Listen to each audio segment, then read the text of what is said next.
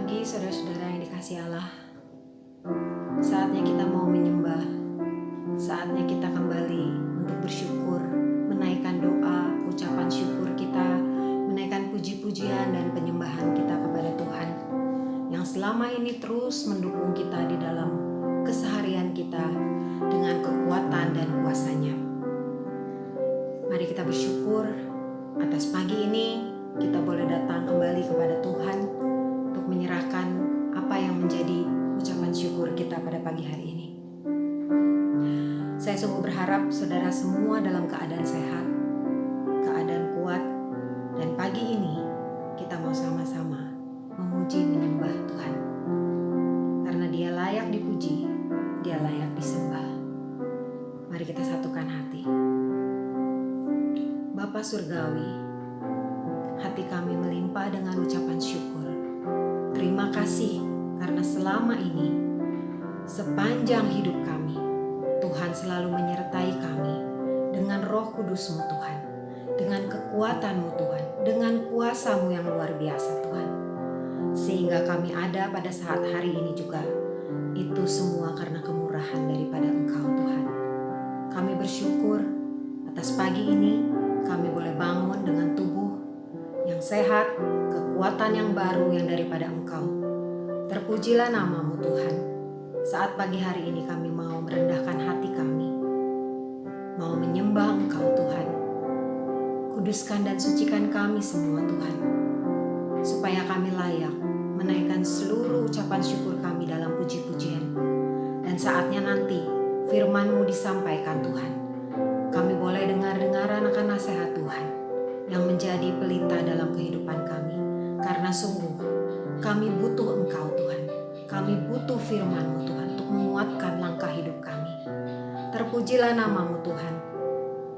Dalam nama Tuhan Yesus Kristus kami berdoa dan bersyukur. Amin.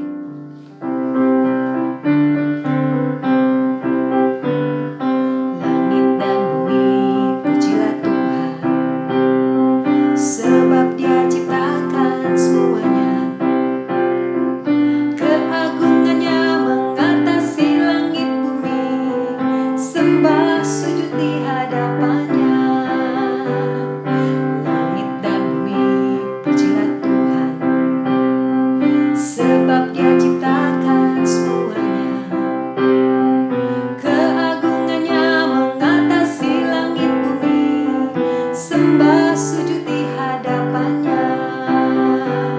Ku puji, ku sembah, ku puji, ku sembah Yesus Kristus Sang Penebusku. Ku puji, ku sembah, ku puji, ku sembah Yesus Tuhan dan Rajaku. Haleluya, amin. Haleluya, amin. Haleluya, amin. Haleluya, amin. Mari tetap bersukacita di dalam Tuhan, sembah dan puji Dia selamanya. Langit dan bumi pujilah Tuhan, sebab Dia ciptakan semuanya. Keagungannya mengatasi langit bumi, sembah sujud di hadapannya. Ku puji, ku puji, ku sembah, ku puji, ku sembah Yesus Kristus Sang Penebusku. Ku puji, ku sembah, ku puji, ku sembah Yesus Tuhan dan Rajaku. Haleluya, haleluya, amin. Haleluya,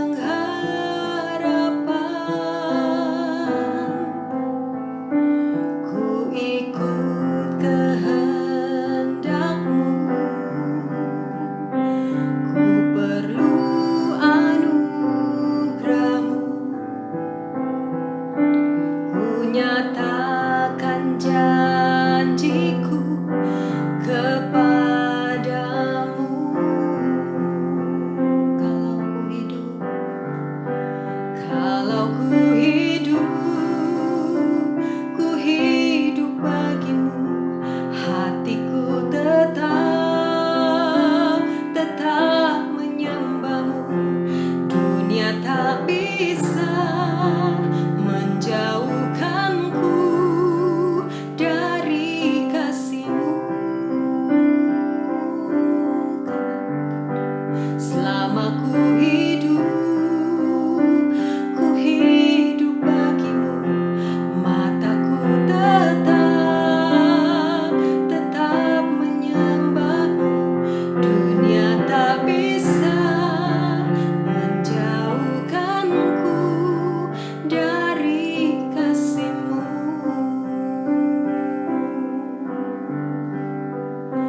Yesus, Kau kebenaran yang menyelamatkanku.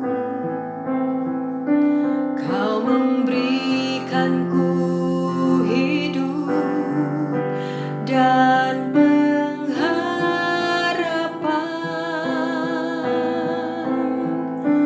Ku ikut kehendak-Mu. Ku perlu anugerah-Mu.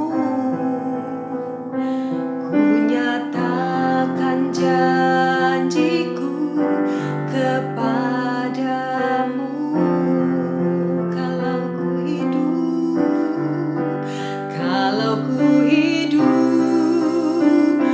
hidup bagimu, hatiku tetap menyembahmu. Dunia tak bisa menjauhkanku dari kasih-Mu. Selama ku hidup bagimu, mataku tetap memandangmu.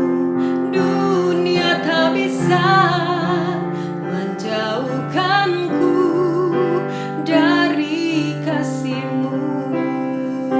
Kalau ku hidup bagimu, hatiku tetap menyembahmu. Dunia tak bisa menjauhkanku dari kasih-Mu. Selama ku hidup bagimu, mataku tetap memandangmu. Dunia tak bisa menjauhkanku dari kasih-Mu. Dunia tak bisa menjauhkanku dari kasih-Mu. Dunia tak bisa menjauhkanku dari kasih-Mu.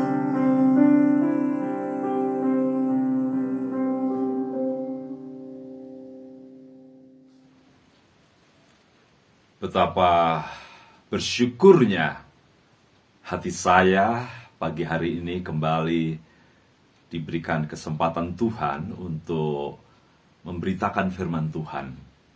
Yang saya selalu yakini bahwa firman Tuhan adalah cara Tuhan bekerja melalui umatnya yang sedang menghadapi dan hidup dalam berbagai situasi. Jemaat GBIS baik Hermon dan Sinai yang dikasihi Tuhan. Dan rasa antusias yang tinggi pada pagi hari ini, saya kembali mengajak saudara sekalian untuk merenungkan firman Tuhan yang begitu penting. Sebelum kita merenungkan firman Tuhan, mari kita berdoa untuk firman Tuhan. Kiranya Roh Allah memakai saya dalam segala keterbatasan dan memakai semua jemaat untuk memahami firman Tuhan. Dan lebih dari itu, memiliki kuasa untuk hidup sesuai dengan firman Tuhan. Mari kita berdoa. Bapa yang di sorga, yang di dalam nama Tuhan Yesus Kristus segala kuasa di sorga, di bumi, itu berarti engkaulah yang memiliki kontrol dan kendali atas sorga dan bumi. Di dalam nama itulah dan di dalam namamu itulah kami menyerahkan hidup kami kembali saat ini. Diisi, dipenuhi dengan kuasa firman-Mu. Bukan hanya pengertian dari firman-Mu, tapi kuasa dari firman-Mu. Saya menyerahkan diri saya menyerahkan semua jemaat, pribadi demi pribadi, baik Sinai maupun Hermon dari gereja GBIS di Bandung ini, supaya kami sungguh-sungguh menikmati kuasa Tuhan melalui firman-Nya. Dalam nama Tuhan Yesus. Amin. Jemaat GBIS, baik Hermon maupun Sinai yang dikasih Tuhan, sekali lagi terima kasih kepada Bapak Ibu Gembala, Bapak Daniel, dan Ibu Lina. Ya, memang hampir 3 minggu ini saya cukup intensif memberikan penguatan kepada orang-orang yang sedang masuk dalam situasi kritikal, krisis, oleh karena serangan dan hantaman keganasan dari COVID. Ada hamba Tuhan, ada jemaat biasa, ada orang-orang yang mungkin saya tidak terlalu kenal secara pribadi. Tenaga mental, psikologis, bahkan spiritual saya seperti sedang dikuras untuk mendampingi orang-orang itu. Salah satunya memang ada salah satu teman sekerja di Tirahanus, kita semua tahu itu. Kadang saya hampir tidak sanggup melihat lepasnya orang-orang mendahului berjumpa dengan Tuhan. Mengapa tidak sanggup? Karena cukup lengketnya kami dengan mereka. Tapi ketika saya menghadiri ibadah virtual online dalam konteks melepas mereka, saya merenungkan yang berat bukan hanya saat ketika mereka pergi, keluarganya merasakan betapa beratnya itu. Tapi saya merenungkan yang tidak kalah beratnya adalah setelah masa itu, setelah mereka menguburkan orang-orang yang dikasihinya, melepaskan tanpa bisa berdekatan, melepaskan tanpa bisa meraih dan memeluknya. Yang berat bukan hanya saat itu, tetapi setelahnya, pasca, sesudahnya. Kita tidak hanya mau berkonsentrasi kepada apa yang harus kita lakukan untuk menghadapi situasi krisis, tetapi kita juga merenungkan setelah krisis itu kita lewati. Bagaimana keluarga, suami, istri, anak, jemaat. Ibu bapak dikasih Tuhan, kita tidak bisa memungkiri bahwa dunia ada dalam pertempuran hebat. Baik secara global maupun individu-individu. Tetapi yang terus disiapkan dan harus disiapkan adalah pasca masa-masa krisis. Renungan saya pada pagi hari ini, jemaat GBIS, Hermon dan Sinai yang dikasih Tuhan. Renungan saya pada pagi hari sekali lagi. Tema saya adalah recovery pasca krisis. Pemulihan setelah masa krisis. Perikop ini sangat familiar dan kita gampang langsung mengingatnya. Karena barangkali memang mujizatnya yang hebat. Tetapi yang saya ingin fokuskan di sini adalah bagaimana komitmen Tuhan untuk mendampingi umatnya mengalami apa yang disebut sebagai recovery, pemulihan, semangat kembali, hidup kembali, bangkit setelah masa krisis itu terjadi. Bagian mana itu? Ya, 2 Raja-Raja pasal 4 ayat 1 sampai 7. Recovery, pemulihan pasca krisis. Mari kita perhatikan saudaraku yang dikasihi Tuhan, 2 Raja-Raja pasal 4 ayat 1 sampai 7. Saya akan bacakan bagi kita semua. Demikian bunyi firman Tuhan. 2 Raja-Raja pasal 4 ayat 1 sampai 7. Salah seorang dari istri-istri para nabi mengadukan halnya kepada Elisa sambil berseru, "Hambamu suamiku sudah mati dan engkau ini tahu bahwa hambamu itu takut akan Tuhan. Tetapi sekarang penagih hutang sudah datang untuk mengambil kedua orang anakku menjadi budaknya. Jawab Elisa kepadanya, apa yang dapat ku perbuat bagimu? Beritahukanlah kepadaku apa-apa yang kau punya di rumah. Berkatalah perempuan itu, hambamu ini tidak punya sesuatu apapun di rumah kecuali sebuah buli-buli berisi minyak. Lalu berkatalah Elisa, pergilah, mintalah bejana-bejana dari luar, daripada segala tetanggamu, bejana-bejana kosong, tetapi jangan terlalu sedikit. Kemudian masuklah, tutuplah pintu, sesudah engkau dan anak-anakmu masuk, lalu tuanglah minyak itu ke dalam segala bejana. Mana yang penuh, angkatlah. Pergilah perempuan itu daripadanya, ditutupnyalah pintu sesudah ia dan anak-anaknya masuk. Dan anak-anaknya mendekatkan bejana-bejana kepadanya, sedang ia terus menuang. Ketika bejana-bejana itu sudah penuh, berkatalah perempuan itu kepada anaknya, dekatkanlah kepadaku sebuah bejana lagi. Tetapi jawabnya kepada ibunya, tidak ada lagi bejana. Lalu berhentilah minyak itu mengalir. Kemudian pergilah perempuan itu memberitahukannya kepada abdi Allah, dan orang ini berkata, pergilah, jualah minyak itu, bayarlah hutangmu, dan hiduplah dari lebihnya engkau serta anak-anakmu. Ibu bapak dikasihi Tuhan, Israel yang beribu kota Samaria, perjalanan panjang sejarah dari kerajaan ini sebagai pecahan dari keutuhan Israel. Ya, perjalanan itu dipenuhi dengan raja-raja yang betul-betul menjadi pengkhianat atas penyembahan yang benar, yaitu kepada Yahweh. Dan salah satu raja yang sangat terkenal dan diberikan laporan cukup panjang, yaitu Raja Ahab. Raja Ahab. Dalam satu raja-raja bagian-bagian akhir, 5 pasal terakhir, betul-betul itu masa yang sulit. Karena raja ini menikahi seorang bernama Isabel dari Sidon, dan pemerintahannya diwarnai dengan tindakan-tindakan yang sangat norak. Melawan, tidak hanya meninggalkan Yahweh Israel, tetapi melawan kontradiksi dengan penyembahan yang benar. Itu berarti melanggar hukum, terutama Tuhan, tentang Allah yang satu-satunya Yahweh yang harus disembah. Tetapi mereka membuat patung-patung, membuat penyembahan-penyembahan. Dan pada masa itu, hampir ribuan nabi Baal dan Astoret. Baal 450, Astoret 400-an.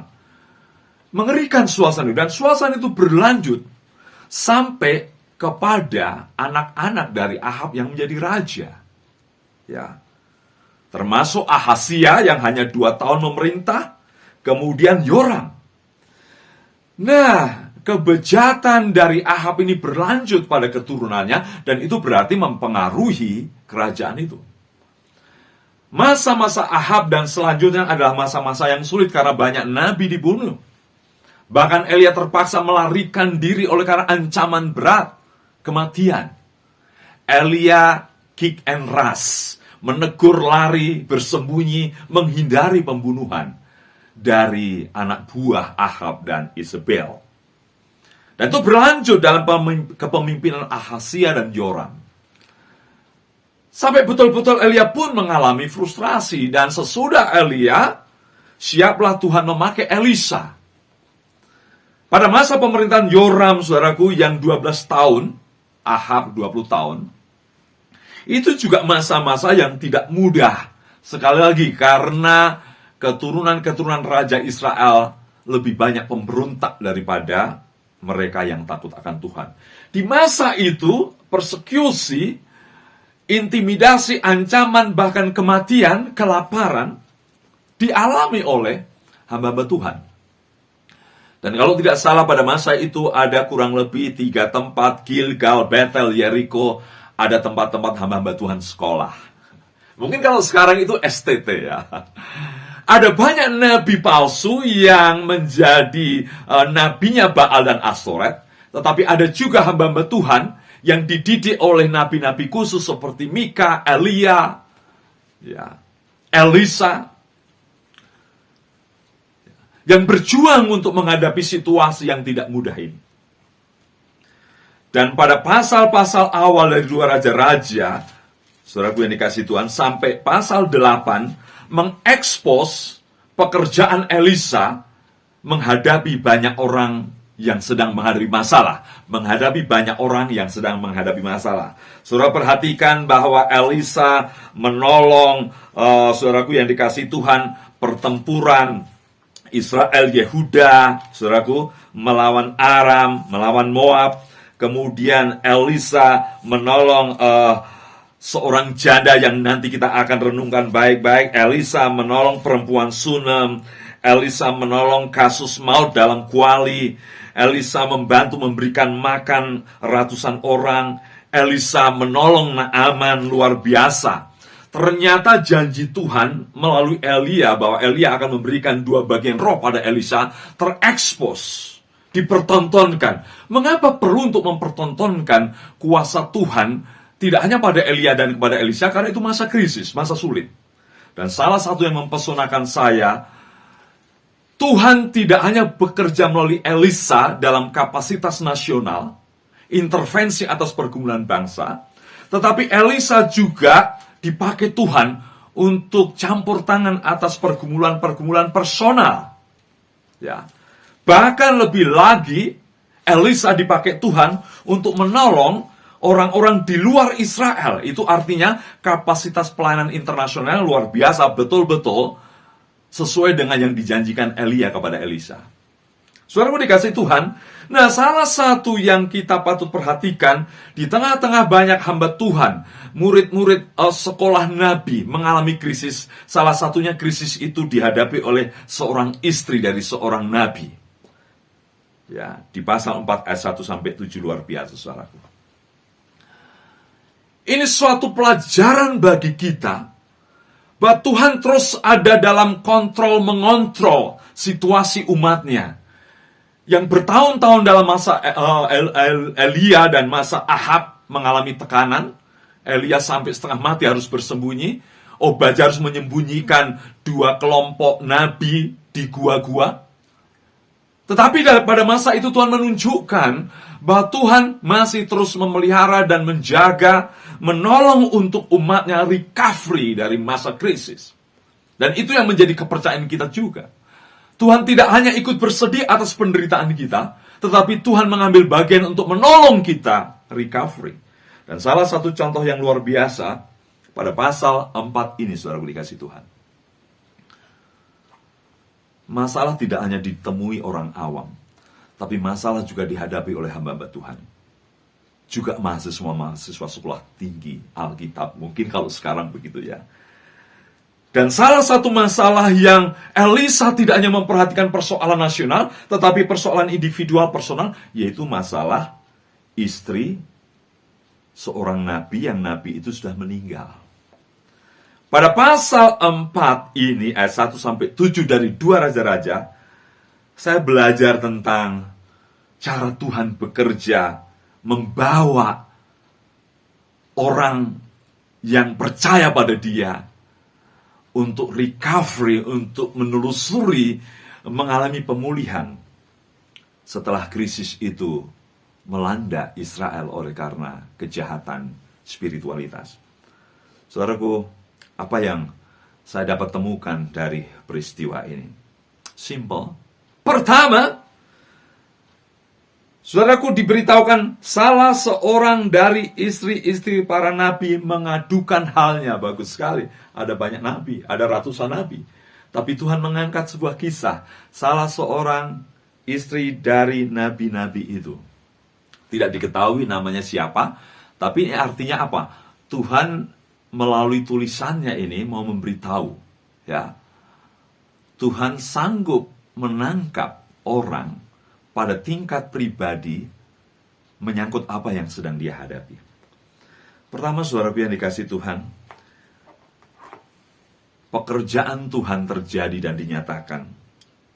Recovery, pemulihan dinyatakan. Jikalau kita, satu, tetap menjaga modal iman. Tetap menjaga modal iman. Ini modal yang tidak boleh hilang, yang tidak boleh berkurang, dan ini kekuatan recovery. Coba saudara lihat pada bagian ini dikatakan, hambamu suamiku sudah mati dan engkau ini tahu bahwa hambamu itu takut akan Tuhan. Saya kira wanita janda ini tidak sedang berkata, kan dulu suamiku melayani, menjadi milikmu, masa sih keluarganya nggak ditolong? Tidak bermaksud meminta pertolongan karena pengkaitan spiritual. Tapi sebenarnya dalam konteks Israel, kalau satu keluarga laki-lakinya takut akan Tuhan, maka pasti dan sangat mungkin sekali bahwa anak dan istrinya dibawa dalam ikatan kesetiaan pada Tuhan. Ya, kecuali suaminya palsu dalam hal takut akan Tuhan. Jadi sebenarnya yang diungkapkan di sini adalah penulis mau memberitahukan ada seorang janda yang dalam keluarganya di bawah pimpinan, kepemimpinan, keimaman yang dia adalah seorang nabi, mereka itu hidup takut akan Allah. Saudaraku, ini artinya apa? Pemulihan akan terjadi dan disambut oleh setiap orang yang modal hidup takut akan Tuhannya terus-menerus dijaga. Ya. Saya selalu katakan masih mempunyai modal yang kuat kalau orang hidup takut akan Tuhan. Karena Tuhanlah yang berkuasa atas nasional, pribadi, komunitas yang menghadapi persoalan. Tuhanlah yang berkomitmen untuk menghormati, menghargai, menopang orang yang berkomitmen menjaga takut akan Tuhan. Berarti masalah iman. Ini yang pertama, saudaraku ya. Luar biasa. Jangan takut. Jangan gentar selagi Anda masih takut akan Tuhan. Yang kedua, wanita janda ini menjaga keutuhan keluarga. Kompak, saudaraku. Jadi para penagih hutang itu datang dan mau mengambil anak-anaknya untuk dijadikan budak. Wah, ya cilaka ini. Diambil belum tentu kayak sekarang kalau diambil untuk bekerja nanti dapat gaji, oke. Tapi ini betul-betul kata budak di situ ya pokoknya taat pada kemauan para penagih hutang itu, bosnya, ya. Belum tentu ada tambahan dana ekstra untuk mengcover mamanya. Tapi luar biasa, saudaraku. Elisa dipakai Tuhan untuk tidak memilih jalan itu. Bisa anaknya dijadikan budak, barangkali mungkin nanti anaknya kalau dapat tips-tips sedikit uang mungkin dikirim ke mamanya. Tetapi ketika Elisa mendengar bahwa anaknya akan diambil dijadikan budak, Elia tidak berkata, ya sudah, serahkan saja, ini mungkin jalan terbaik. Tidak, saudara. Elia tanya, apa yang ada padamu, apa yang bisa kuperbuat? Artinya, saudaraku yang dikasihi Tuhan, Elisa menghormati keutuhan keluarga ini. Ya, sebagai penting harus dijaga. Dan kemudian Elisa menanyakan, apakah ada hal lain? Ada barangkah, ada sesuatukah? Saya kira komitmen untuk menghargai keutuhan keluarga dalam konteks Israel ada dalam pikiran Elisa yang adalah hamba Tuhan itu. Saudaraku, yang kedua yang patut diperhatikan. Recovery, pemulihan. Selalu kita capek kalau kita terus memikirkan keutuhan, kekompakan keluarga dalam mengatasi masalah. Saya sadar bahwa kita sedang dikoyak-koyak oleh perasaan terhilang orang yang kita kasihi, mendahului berjumpa Tuhan. Kita mungkin bisa jadi minggu-minggu awal menyalahkan sana sini. Mungkin saja orang tua pada anak, anak pada orang tua. Kalau kita nggak begini dulu, mungkin nggak begitu. Tidak, saudaraku. Kita dipanggil untuk menjaga keutuhan keluarga sebagai kekuatan, kekompakan untuk mengatasi masalah. Ya. Anak-anak dampingi ayahmu, ibumu. Orang tua dampingi anak-anakmu. Situasi krisis harus dihadapi bersama. Berhenti saling menyalahkan. Karena apapun yang kita usahakan terbaik dan ternyata kita hadapi sepertinya tidak baik, berarti Tuhan ingin melatih kita untuk lebih luar biasa. Saya ulangi. Apapun yang kita hadapi, kita usahakan dengan sebaik-baiknya sesuai firman Tuhan, sesuai dengan kehendaknya, dan ternyata kita menghadapi yang tidak kita inginkan, pasti kita sedang dipimpin Tuhan untuk mengerti kemauan Tuhan, bukan kemauan kita. Saudaraku, yang terakhir, jadi pertama tadi, jaga terus stabilitas modal imanmu. Takutmu akan Tuhan, kehidupanmu bergantung pada Tuhan, itu modal yang tak ternilai dan itu kekuatan mendasar. Kedua, jangan korbankan salah satu atau salah dua atau salah berapapun anggota keluarga kita. Walaupun kadang kita dipaksa oleh keadaan. Tetap kompak. Tetap bersatu untuk recovery. Karena Tuhan bekerja melalui keluargamu. Yang terakhir, saudaraku. Ya. Kelola dan temukan apa saja yang ada padamu untuk dikembangkan. Saya kagum, saudara, ketika dia bilang, oh, si janda itu hanya ada satu buli-buli berisi minyak. Itu kecil, saudara, mungkin tidak sampai 1 liter. Tapi kemudian, oke, Elisa bilang, pergi mintalah bejana-bejana dari luar. Yang ada hanya buli-buli kecil. Tetapi kemudian Elisa menyuruh cari bejana-bejana. Ini besar sekali. Bejana itu bisa ukuran, saudaraku, tinggi 65 cm, diameter 40-an cm. Saudara bisa bayangkan, isinya lipat kali dari buli-buli. Saudaraku, Tuhan sanggup memimpin kita mengelola, mencari terobosan atas apa yang ada padamu, bukan apa yang tidak ada padamu. Luar biasa, saudara. Tuhan kontrol. Begitu banyak bejana dikumpulkan, itu artinya lipat-lipat kali. Tetapi bukan masalah banyaknya, tetapi cukupnya untuk membayar hutang dan selebihnya untuk recovery. Luar biasa, saudara. Tuhan juga menyetop kalau sudah tidak ada lagi bejana itu. Saudaraku yang dikasihi Tuhan, mari kita berfokus tidak hanya masalah yang kita sedang hadapi, mari kita berfokus pada recovery. Pada masa Elisa, Elisa menjadi wakil Tuhan untuk mengatasi persoalan nasional di Israel, untuk mengatasi persoalan-persoalan individu-individu, pribadi-pribadi, bahkan sekolah-sekolah hamba Tuhan. Tuhan sanggup melawat kita. Mari kita belajar dari kasus ini, cara Tuhan bekerja. Di sudut manapun, siapapun engkau, mungkin namamu tidak dikenal. Seperti Tuhan tidak melaporkan siapa nama janda ini, tapi Tuhan bisa fokus kepada salah satu istri dari Nabi yang terlilit hutang. Pelajaran bagi kita. Dimanapun Anda berada, situasi yang sedang kita hadapi, kita semua krisis, kita semua cemas, kita semua sedang gentar, saudaraku. Tapi tidak hanya itu, kita memikirkan bagaimana recovery, pulih dari situasi itu. Saya tegaskan, jaga modal imanmu. Ya. Kedua, tetap jaga keutuhan keluargamu untuk mengatasi dan menghadapi masalah ini. Dan terus minta Tuhan, apa yang ada padamu, sekecil, sesedikit apapun, Tuhan sanggup memulihkan. Saya ingat, tidak tahu, lupa saya sumbernya dari mana. Ketika terjadi Krismon tahun 97-98, seorang anak Tuhan di Bali bergumul pada pendeta.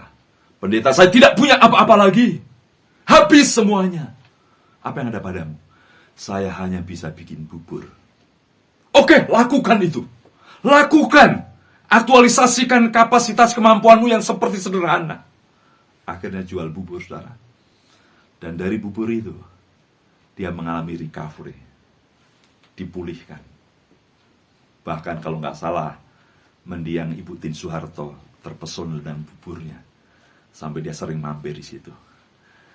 Mari kita memikirkan bagaimana Tuhan akan membawa engkau recovery pasca krisis. Terpujilah nama Yesus Kristus Tuhan kita yang selalu mendampingi kita. Amin. Mari kita berdoa. Tuhan, kami terus berdoa, kebenaran-Mu adalah kekuatan-Mu, firman-Mu adalah kehendak-Mu, maka kami berdoa supaya jemaat di GBIS Hermon Pon Sinai ini betul-betul fokus komitmen akan firman-Mu. Kami mau terus menjaga iman, modal kekuatan kami. Kami terus menjaga keutuhan keluarga kami. Kami terus berusaha mencari hal-hal sederhana dalam hidup kami untuk kami bisa recovery. Terpujilah nama Yesus Kristus Tuhan. Kami berdoa dan mengucap syukur. Amin. Tuhan memberkati. Demikian Bapak Ibu sekalian, kita sudah menikmati ibadah dari permulaan sampai dengan selesainya dan kita sudah diberkati oleh Tuhan. Mari kita akan akhiri ibadah ini, dan sebelumnya saya mengaturkan terima kasih atas pelayanan dari Bapak Pendeta Dr. Mika Sulistiono bagi kami semua, sehingga jemaat Tuhan boleh dikuatkan dan dihiburkan lewat kebenaran firman Tuhan. Dan Tuhan memberkati hambanya, ya Tuhan, supaya Tuhan juga memberikan kesehatan dan kekuatan selalu, di mana hamba-Mu dapat melayani Engkau dimanapun Engkau utus hamba-Mu. Terima kasih Tuhan. Mari kita akan akhiri ibadah ini dan kita akan masuk di dalam doa. Bapa Surgawi, kami bersyukur kepadamu, Tuhan sudah memberkati ibadah kami dari permulaan sampai dengan selesainya. Tuhan memakai semua yang sudah melayani, ya Tuhan, di dalam ibadah ini. Tuhan, baik di dalam puji-pujian dan musik dan juga semuanya, Bapa, kiranya Engkau memakai semua anak-anak-Mu, ya Tuhan, yang melayani pada hari ini lebih indah lagi di dalam pelayanannya, sehingga nama Tuhan selalu dipermuliakan. Terpuji nama-Mu, ya Bapa. Engkau juga memberkati hamba-Mu, Bapak Pendeta Mika Sulistiono, yang sudah menyampaikan kebenaran firman Tuhan, sehingga ya Tuhan, banyak jiwa jemaat-Mu, ya Tuhan, boleh dikuatkan dan dihiburkan lewat kebenaran firman Tuhan. Tuhan memberkati rumah tangga, pekerjaan, dan juga hamba-Mu, ya Tuhan, di mana Engkau akan memakai selalu untuk menjadi kemuliaan dan kebesaran nama Tuhan. Terpuji nama-Mu, ya Bapa. Kami juga berdoa untuk jemaat-Mu, baik yang ada di rumah saat ini. Tuhan, Engkau memberkati satu persatu rumah tangga demi rumah tangga, baik di dalam usaha, di dalam pekerjaan. Tuhan, mungkin juga ada di antaranya yang sakit. Tuhan, kiranya Engkau menjamah, memberikan kesembuhan dan pemulihan, karena kesembuhan datang daripada-Mu. Kami juga berdoa, mungkin ada di antara kami yang ada di dalam kekurangan secara finansial. Bapa, kiranya Engkau memberkati mereka juga. Terima kasih ya Tuhan, terima kasih ya Bapa. Kami juga berdoa untuk pemerintah, baik di pusat maupun di daerah, yang saat ini ya Tuhan sedang menangani percepatan penanganan pandemi COVID-19 ini ya Bapa. Kiranya Engkau memberikan hikmat, sehingga semua apa yang dilakukannya boleh ya Tuhan memutus mata rantai pandemi COVID-19 ini. Dan saat ini masih diberlakukan PPKM darurat di negara kami ya Tuhan. Kiranya Engkau menolong kami semua ya Bapa, sehingga semuanya dapat terselesaikan. Terpuji nama-Mu ya Bapa. Sebentar kami akan akhiri ibadah ini. Tuhan memberkati kami semua. Terpuji nama-Mu. Semoga Allah sumber damai sejahtera menguduskan kamu seluruhnya. Dan semoga roh, jiwa, dan tubuhmu terpelihara sempurna dengan tidak bercacat untuk menantikan hari Tuhan. Dan terimalah berkat daripada Allah Bapa, cinta kasih daripada Tuhan Yesus yang tak berkesudahan, beserta persekutuan yang manis dari Allah Roh Kudus akan menyertai kita semua mulai saat hari ini bahkan sampai selama-lamanya. Bagi yang percaya katakan bersama, amin.